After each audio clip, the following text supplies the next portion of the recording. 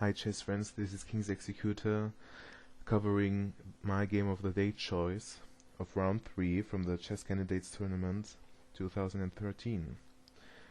I chose the game Peter Svidler versus Timo Radjabov, and Svidler opened with d4, and now we see a King's Indian setup taking shape, and this is the same-ish setup for white. This is a solid setup, but it's kinda slow, and if you don't know what you're doing, you can get caught with your king in the middle. c5 is black's choice here. e5 could have been a move. e5 could have been prepared as well with knight d7, for example, or knight c6 could have been played. Okay, c5 here, pressurizing the white d-pawn, and after knight c6, white feels it's better to push that pawn to gain some space, but black argues that he forced a concession out of the white pawn structure, so he can later on attack these pawns. Well, now let's see the battle of the opening. Knight a5, attacking the c pawn, and knight g3, so that the bishop can defend it. And you see by this knight maneuver, white really needs a lot of time to develop his king side, and it's not altogether clear if this knight is strong here. It could help to push pawns, but before doing that, white probably has to castle long, but it's not possible in this particular line because the white queen side is already under pressure and black is castled. So a6 by black firstly, that prepares b5 at the right moment, and I think black is intending a pawn sacrifice here. b5, pawn takes, and there's a hanging pawn here, and I think black is waiting with that until this bishop has moved to even slow down white's development even more, because the bishop has to move twice. For example, bishop here, and then this pawn sacrifice, a la Benko Gambit, and then the bishop has to take that pawn again. We will see that soon. Bishop e2, knight d7. Well, that knight d7 move is very good. If you don't know the theory, I think you would not find this move. The bishop now is pressurizing the queen side. Keep that in mind for the next move. Rook c1, and now b5.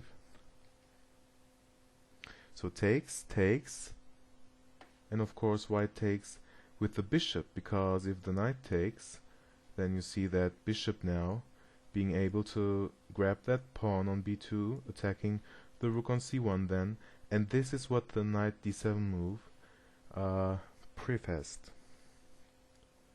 So bishop takes, and now the knight on d7 can come to a very nice square, and you see this knights, these black knights, dancing around that c4 square.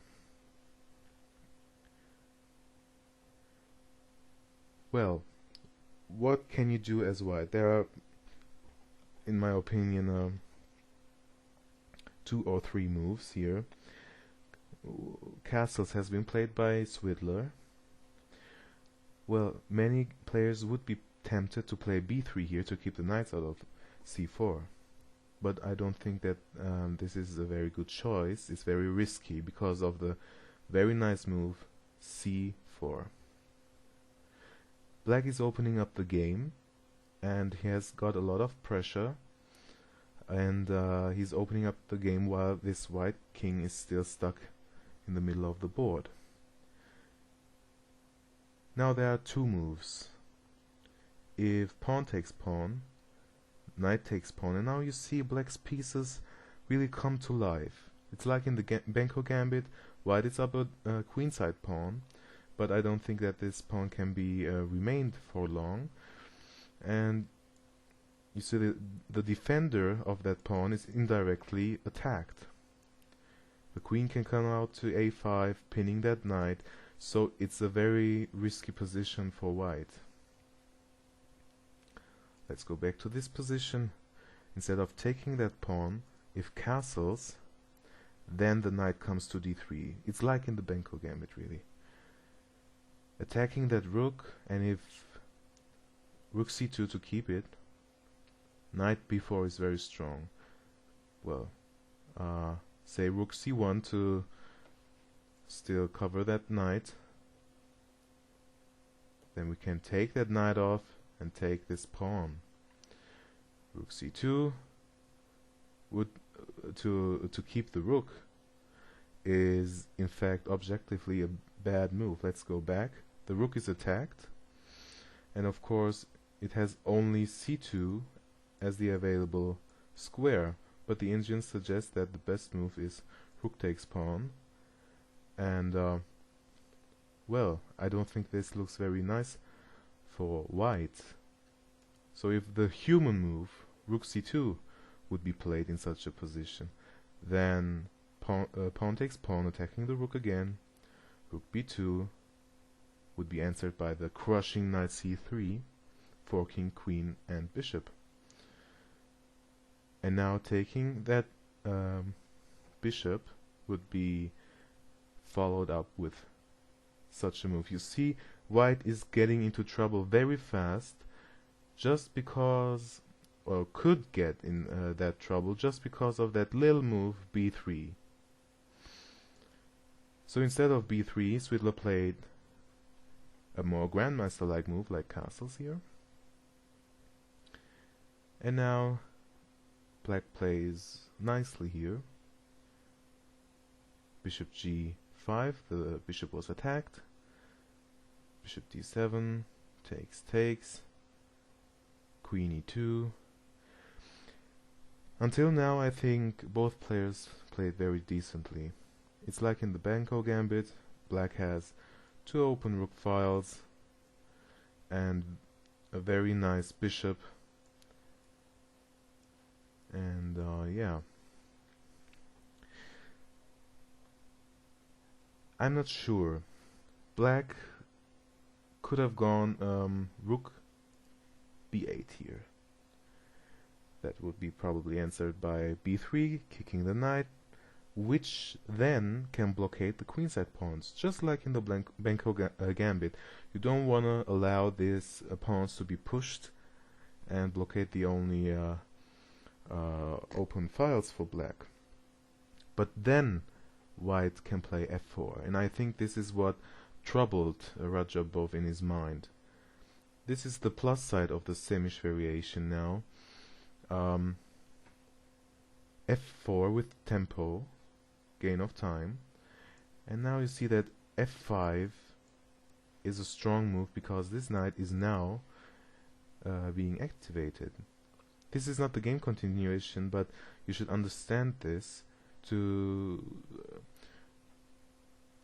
feel what Radjabov had to calculate maybe, or see in his mind's eye, and why he didn't play this continuation.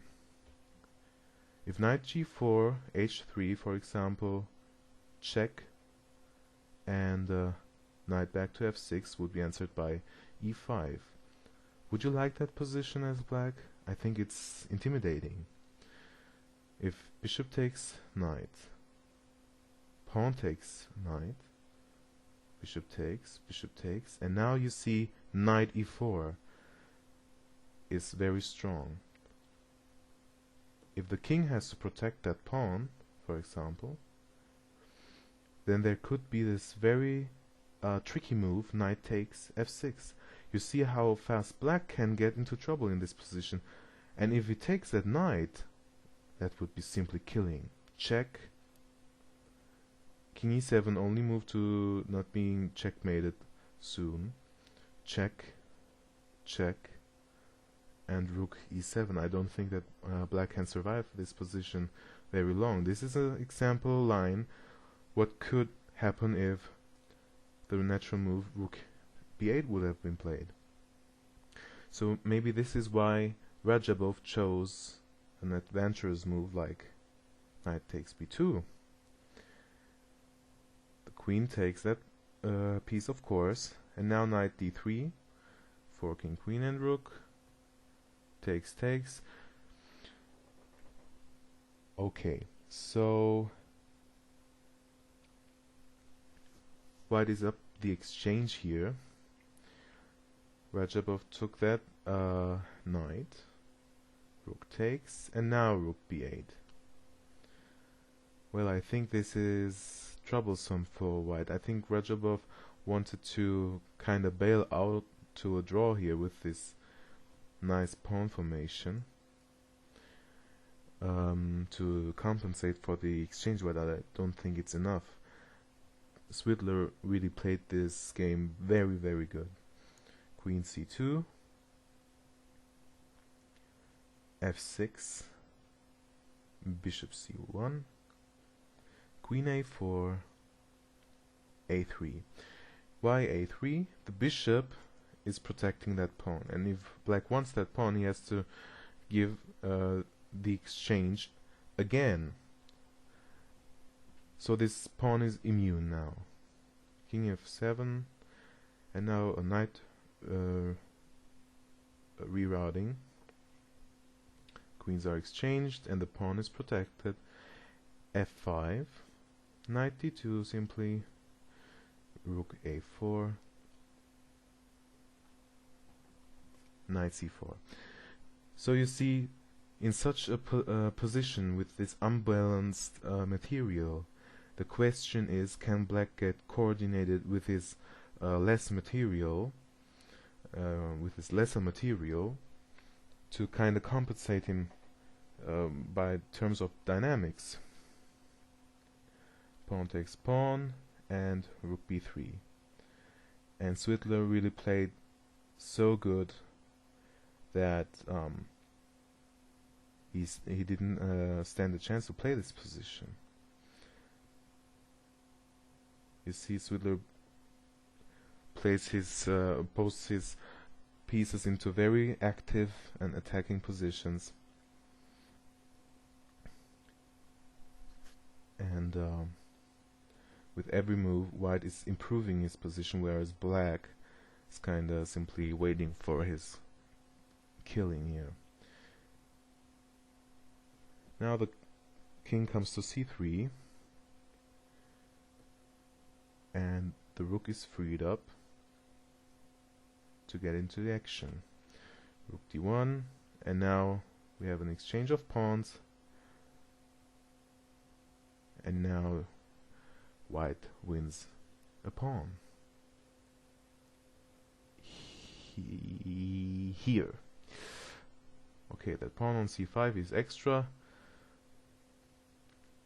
or now white has a pawn extra, let's put it that way. Rook e6, check, and now you see that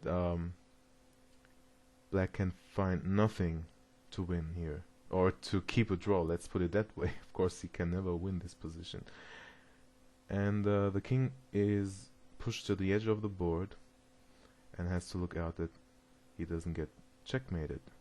Check first, the rook retreats, black covers the back rank, knight c4, and that pawn is taken, and you see after bishop d6 that the black king is in a mating net, and knight b6 is just mating black, so this is why black gave the rook for the bishop and hoped to promote his pawn. But thus this was impossible, and after king a5, Timur Radjabov resigned to Peter Svidler. Let's see why. say if you can't find anything better than rook h1 to push the pawn more down the board, then king a6, and now there's again the threat of checkmate, and after king b8, check, and knight c8 to b6 is the unstoppable checkmate threat. Well, black has to give a rook for that, and the pawn of course cannot promote. Let's just see this. We can just take that, and if here we can even go back, and if queen, then checkmate here. So let's just recap the game very fast. The Samish is a very special setup, and you see it's a very sharp game here, and it's a very interesting game of piece play, very dynamic game.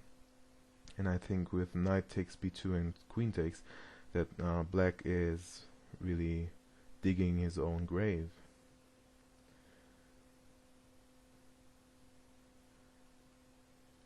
You see the knight c4 interferes with black's pieces, and there's no activity for black whatsoever. The rooks look good, but they don't do much. And now white is just mopping up. Yeah. And you see after bishop d6, the rook has to take the bishop, and from this point on it's clear that black can do nothing. I hope you liked the game. Let's just push on to this position where Radjabov resigned. I hope you got something out of the game. Please subscribe, comment, and rate the video if you liked it, and stay tuned for the next rounds. Thank you.